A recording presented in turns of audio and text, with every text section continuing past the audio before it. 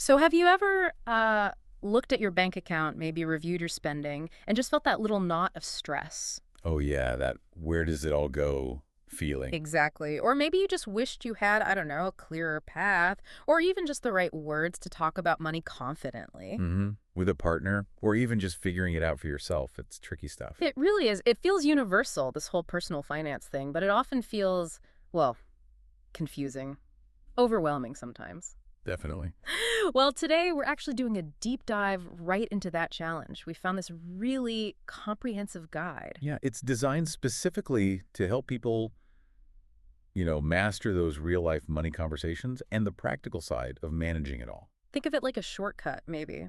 A way to get informed on, let's face it, a vital topic. We've pulled out what we think are the most important nuggets. Right. Okay, let's unpack this. Yeah, and what's really fascinating about this guide, I think, is that it goes beyond just definitions. Hmm. Our mission here is really to pull out those practical insights. The how to. Exactly. The how-to and how it applies in the real world. It sort of gives you a clear path through all the noise, Yeah. occurring you not just with terms, but with actual strategies. Mm. And, crucially, the language to talk about it. And to make it stick, the guide uses this central story, which I think is quite helpful. It's about Maya. Right, the young professional. Yeah, she's grappling with her spending, trying to budget better. And she's got this friend, Ben, who's apparently quite financially savvy. He gives her tips along the way. Exactly. And that dynamic, that conversation between them is how we're going to explore budgeting and saving today. Makes sense. So let's picture it. The guide sets them up in a coffee shop. Maya starts talking, admits she's finding it hard to keep track of her spending. She just feels overwhelmed. And that feeling, it's so relatable. Isn't it just that sense of money just slipping through your fingers no matter what you do? You've really hit on something crucial there.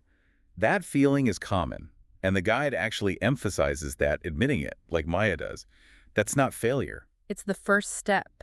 It is the first step. It's often this psychological hurdle, but getting past it, allowing yourself to say, okay, I need help or I need a plan, that really opens the door. Right, it lets you start finding solutions. Exactly, to gaining control. So once Maya gets over that hurdle, the guide takes us to, well, what I think is the absolute foundation, understanding your income and expenses. Can't build a house without a foundation. Precisely. So Maya shares her monthly income, starts listing things out, rent, groceries, subscriptions, all the usual suspects. Getting that clear picture, Yeah. which sounds simple, but It's often not, is it? it really isn't. And this is where having the right vocabulary helps so much. Sure. The guide makes a clear distinction between fixed expenses. Like rent, yeah, things that are pretty much the same each month. Exactly. Rent, maybe a loan payment, and then variable expenses. Ah, the tricky ones. Eating out, entertainment. Groceries even, they can fluctuate quite a bit. Mhm. Now, most people kind of get those definitions right, but here's a subtle insight from the guide. Sometimes the biggest savings aren't just in cutting variable costs, but in re-examining those fixed ones you think are set in stone. Oh, interesting. Like renegotiating something? Yeah, or shopping around for better insurance rates, challenging a subscription you barely use. There's often more control there than you think. That's a really good point. And practically, how do you track all this? The guide mentions things like apps, spreadsheets. Yeah, the method isn't as important as finding something that genuinely works for you. The goal is just clarity, consistency. Makes sense. And the guide also gives some really useful direct phrases for talking about spending. Things like, I usually spend around X on, Simple. or most of my income goes to rent and food, or admitting I've been spending too much on, say, takeout. They just cut through the waffle, don't they? Makes it less awkward, maybe. Definitely less awkward. They help you state the facts clearly. Okay, so Maya's got a clearer picture of where the money is going. How does Ben help her plan where it should go? The guide brings up conditionals here. Ah, yes, the conditionals. Sounds like grammar class, I know. A little bit. But how does Ben make that a financial tool? It's actually quite clever. He uses them to help Maya think ahead about saving, about goals, about potential problems. Okay. So the guide gives examples. First, the first conditional. That's for real possibilities, things that might actually happen, like, if I earn that raise, I will start saving for a vacation. See? It links a future possibility directly to a future action, a concrete plan. Right. Cause and effect. If X happens, then Y will follow. Exactly. Then you have the second conditional. This one's more for hypothetical situations. Imagine scenarios. Ah, the what ifs. Well, precisely. Maya uses it when she says, if I didn't order food so often, I could save more. She's imagining a different reality. Or like, if I had a better budget, I wouldn't be so stressed. Perfect example. It lets you explore the potential results of different choices, even if they aren't happening right now. It helps visualize the benefits of changing habits. That's actually a really powerful mental tool. It really is. And the source gives more examples like, if I save 5,000 every month, I'll have enough for that trip. That's first conditional, again, a clear goal. Okay. Or if I didn't spend so much on shopping, I could build my savings. Second conditional, exploring an alternative. And the emergency fund one. Yeah, if I had an emergency fund, I wouldn't worry so much about sudden expenses. That really highlights the why behind saving for emergencies. These aren't just grammar exercises, then. They're ways to frame your financial thinking. Exactly. Frameworks for strategic planning. Okay, so we've got tracking, we've got planning, using these conditionals. Now the practical bit, actually building the budget.